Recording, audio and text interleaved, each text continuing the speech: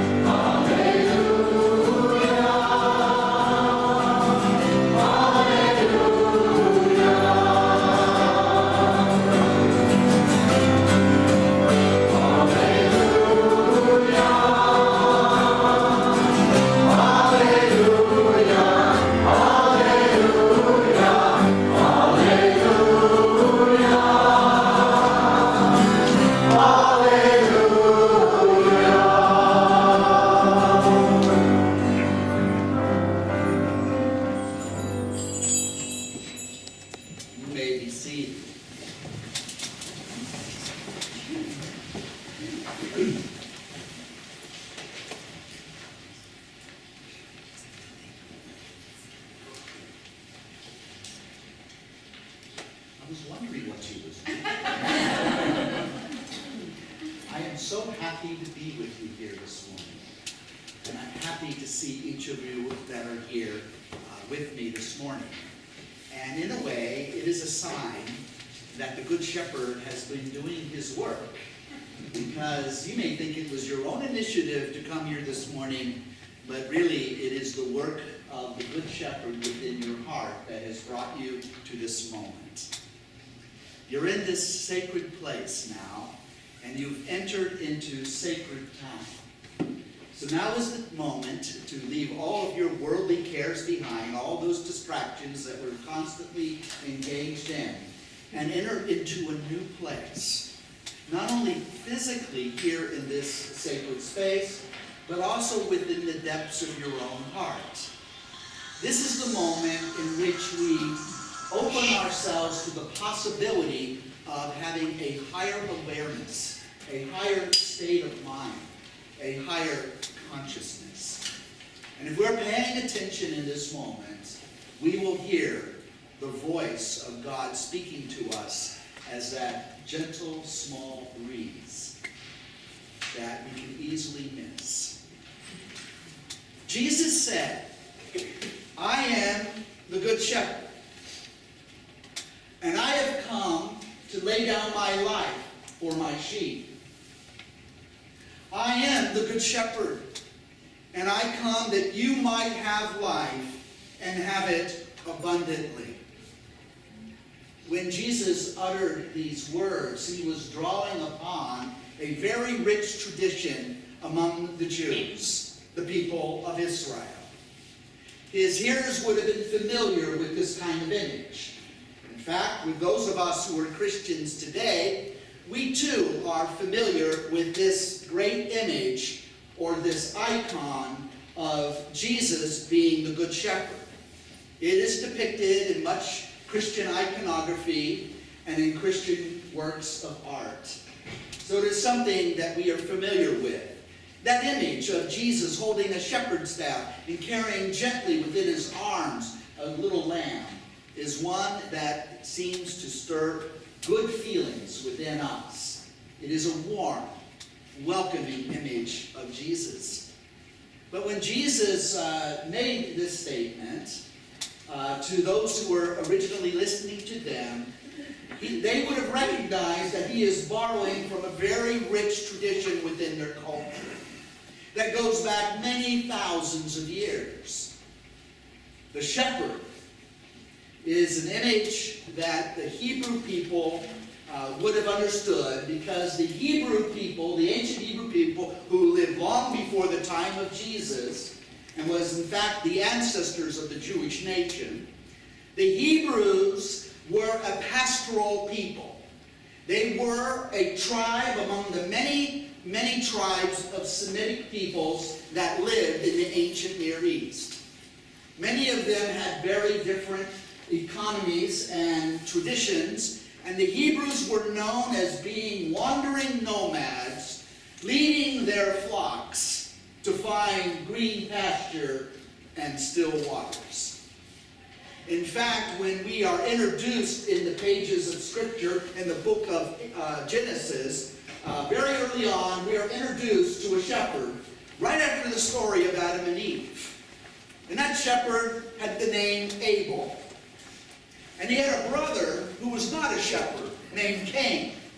And you know what Cain did to Abel.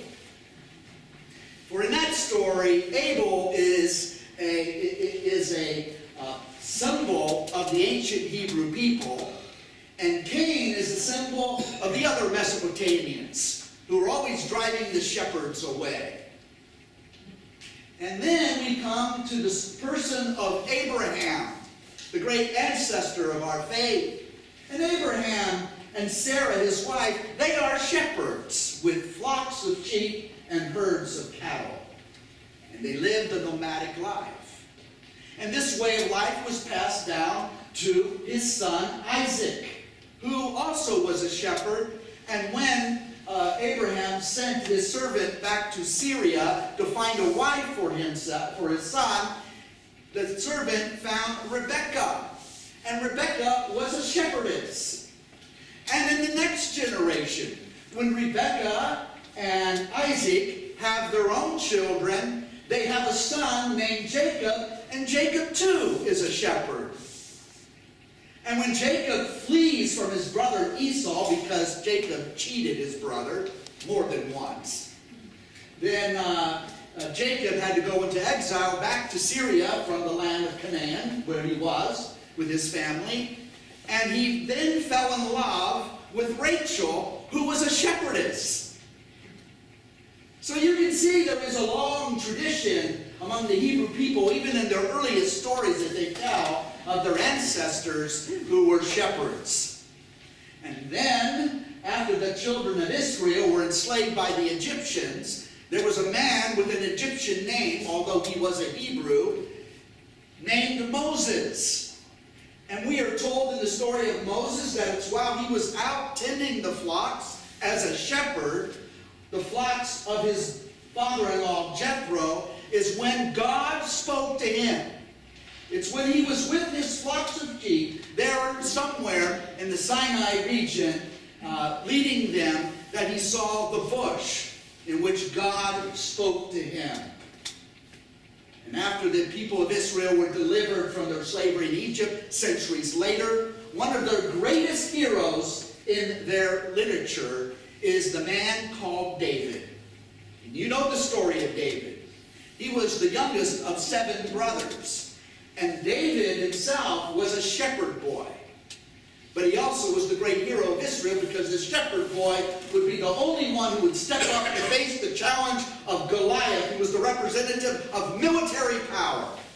And the shepherd overcomes the military general. You're familiar with that story. It was this shepherd boy, David, who wrote the song, "The Lord is my shepherd, I shall not want." We call that the 23rd Psalm. David never called it that. not only is this tradition of shepherds there among the ancestors, but also the ancient Nevi'im, the Hebrew prophets who came later, often used the image of the shepherd to speak of God's relationship with his people of Israel. And in fact, even the kings of Israel were compared to shepherds. Shepherd my people, says the Lord. And this image even spills over into the New Testament. And isn't it interesting that as we begin to read the narrative of the Gospels in the Christmas story of the Nativity of Jesus, the first people to recognize Jesus as the Savior of the world and as the Messiah, who came to worship this newborn child who was the King of the Jews, it was the shepherds. You remember the story. You saw the Peanuts special at Christmas. Right? So when Jesus gives this image of being a shepherd, he is borrowing from the rich tradition of his own people, and his disciples would have understood what he was saying. Now, the problem is, we really don't know what shepherds. Anybody here a shepherd? No? Oh, you are? I did one time. Okay, well, you can leave now. I'm sorry, Dr. Oh, you're okay. So you have a little bit of acquaintance. With the exception of 3 people in this room, most of us have not even met a shepherd, let alone been a shepherd. And so there is much of that we do not understand. So rather than to explain it to you, I went to YouTube and I found a great video. And so if someone would dim the house lights, turn your attention to the monitors above, and if you're sitting behind the altar, you're going to have to sit out with the community, and I want you to watch this 4-minute piece on what a Middle Eastern shepherd was really like.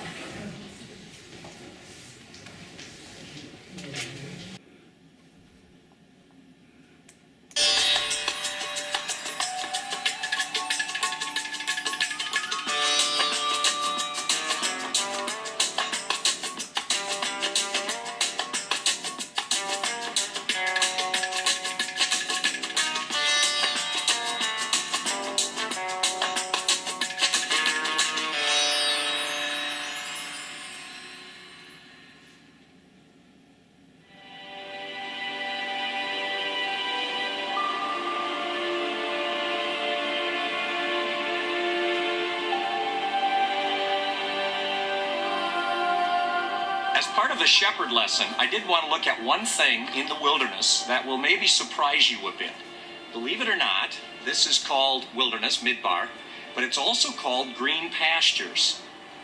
Now, when you take a Westerner here the first time and you look at this, you find people say, well, I don't know that I can go there.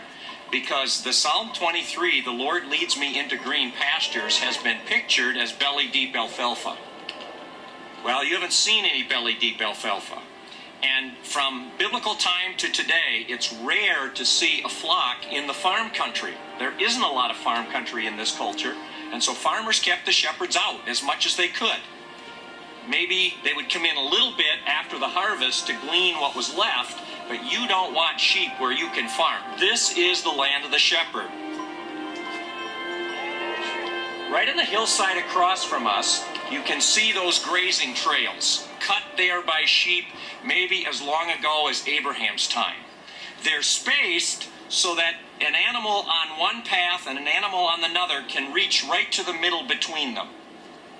That determines the distance, so you can graze an entire hillside.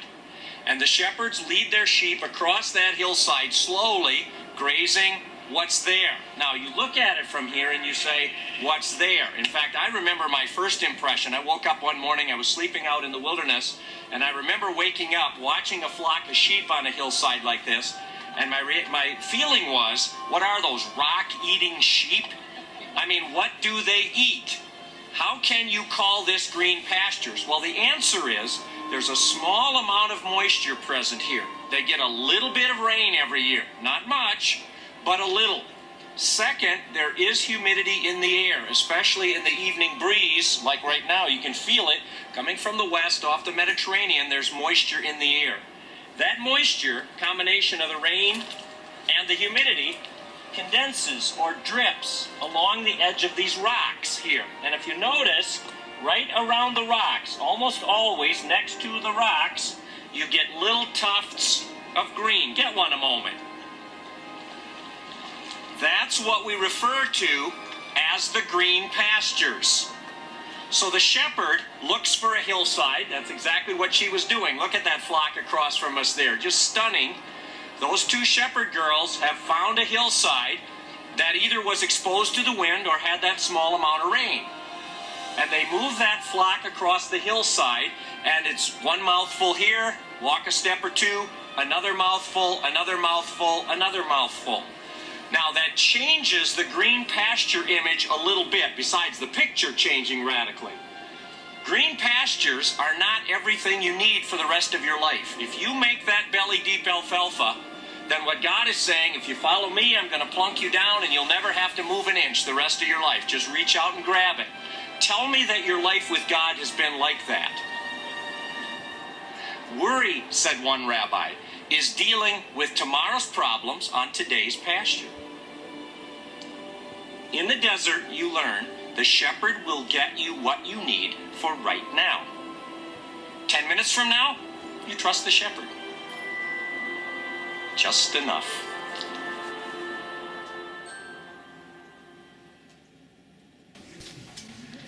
Did you like that? Yes. And now that I've seen this, I'll never be able to visualize or hear that song, "The Lord is my shepherd," in quite the same way. Because we are indeed wandering in the desert and looking for that which will sustain us. Jesus said, "I came that you might have life, and that you might have it abundantly."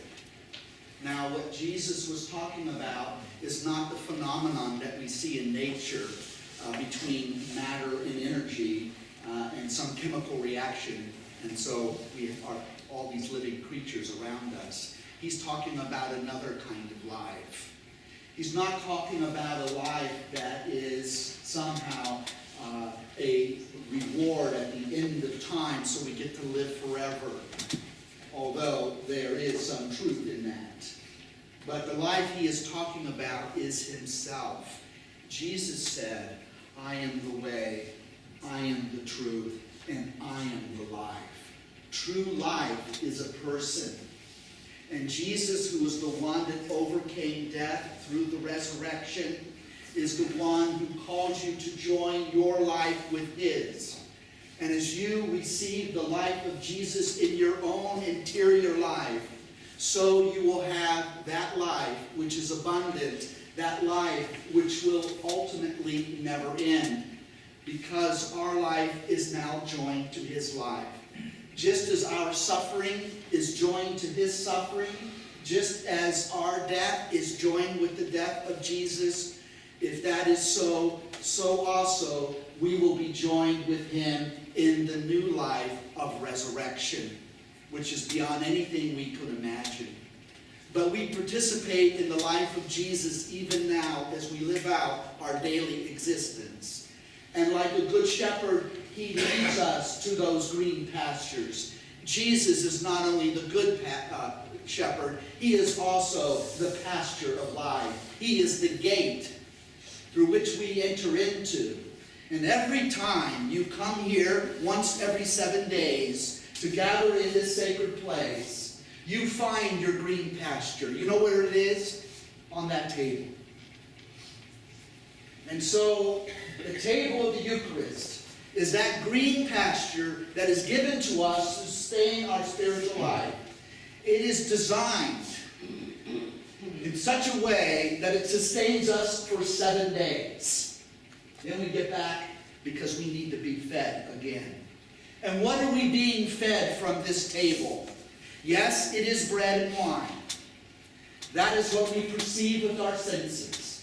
But with faith, we perceive something else, something deeper, something more profound. We see that the bread and wine only becomes the instrument and the vehicle in which the very life of Jesus is once again imparted to us. It's like someone on dialysis. You can go several days without being connected to the dialysis machine. But then you have to go back.